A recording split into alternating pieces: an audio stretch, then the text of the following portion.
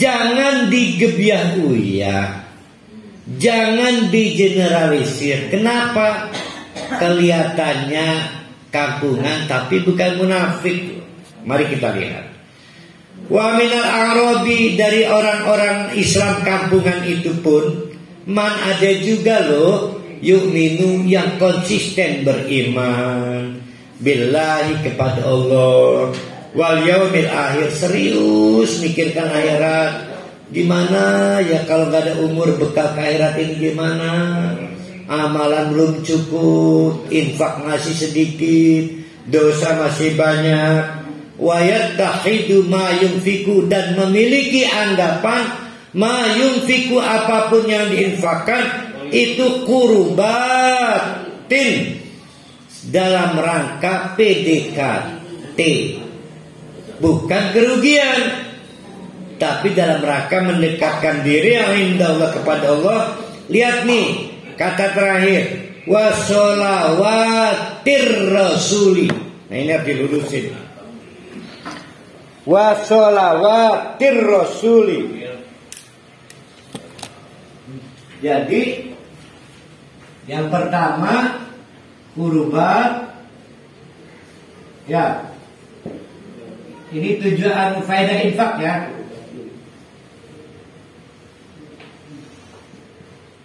Ini fadilatul infak. Yang kedua sholawatur rasul. Ini dalam rangka PDKT.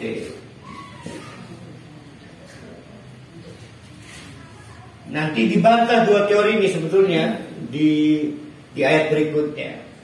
Yang kedua, sholawatur rasul, pengen didoakan Rasulullah, pengen didoakan Rasulullah.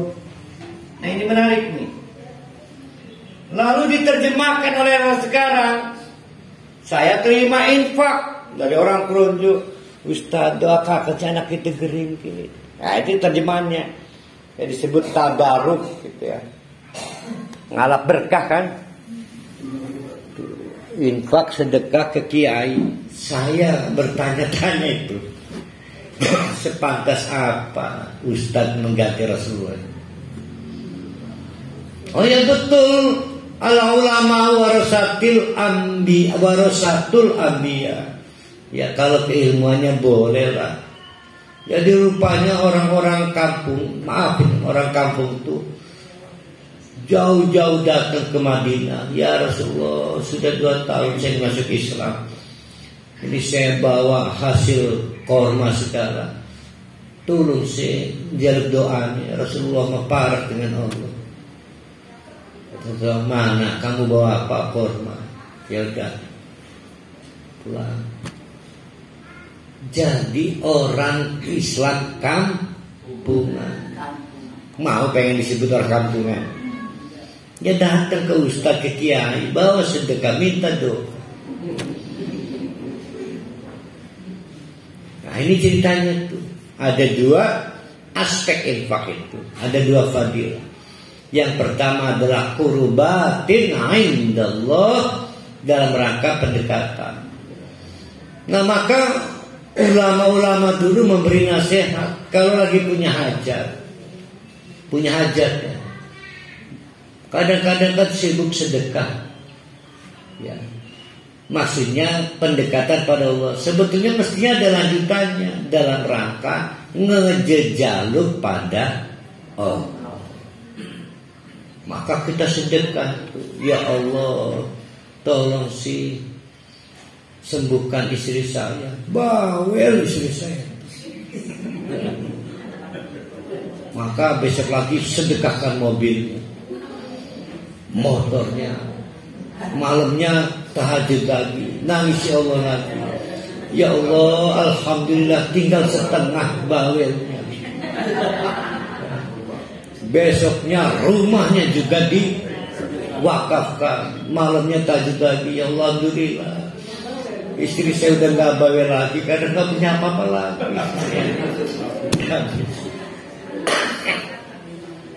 Nah itu contohnya ya. Itu fadilah dari infak. Nanti agak diluruskan di ayat berikutnya. Kita ulangi ayat 99.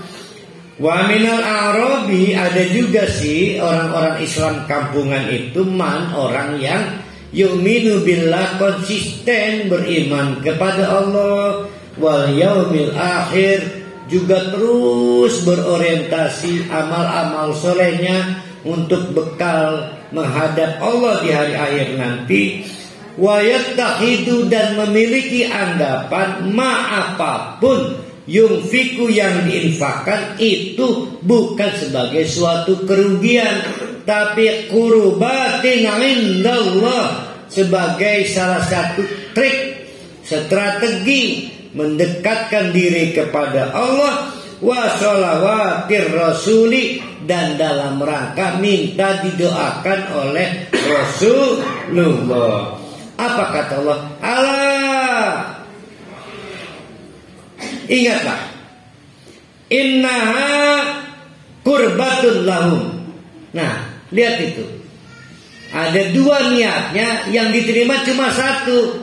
Allah, ingatlah, innaha qurbatun. Oke, diterima dalam rangka mendekatkan diri pada Allah.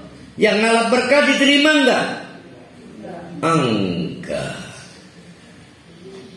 Karena orang tidak bisa menyogok orang, ya. Nah, cuma memang enak ya kalau Ustaz nerima sedekah ya.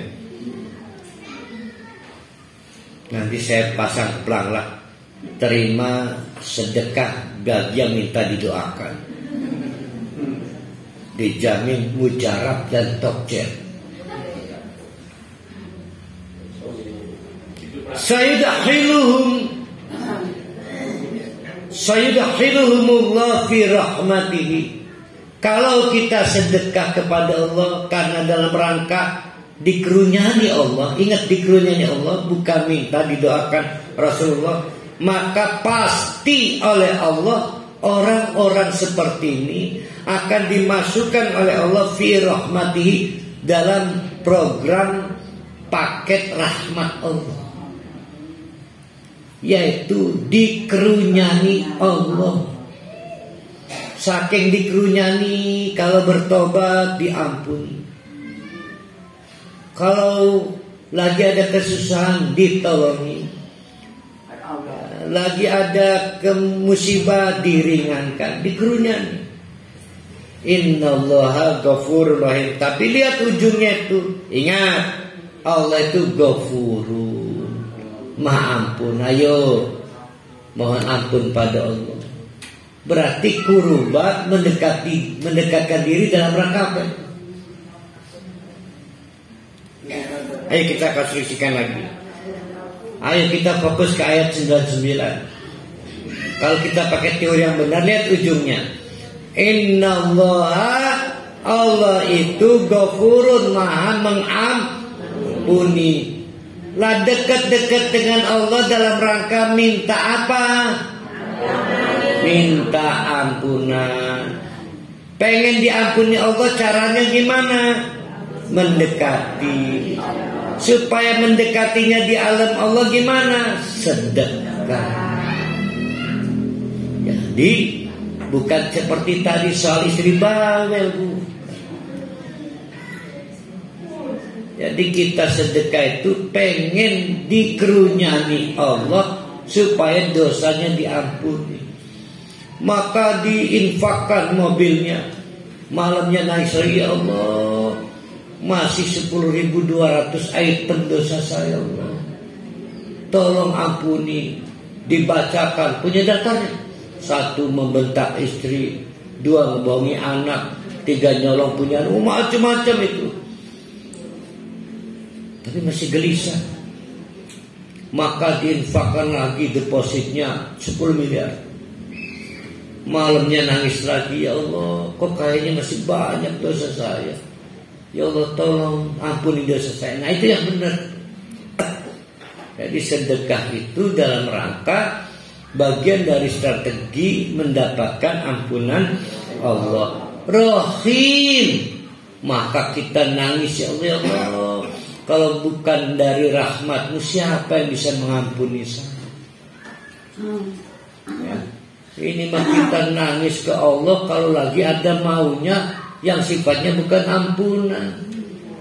Ya Allah, tolong si anak saya ini ya, sudah lama sakit, kayak ianya itu. Padahal yang kita hadapi tidak seperti yang dihadapi umat-umat terdahulu.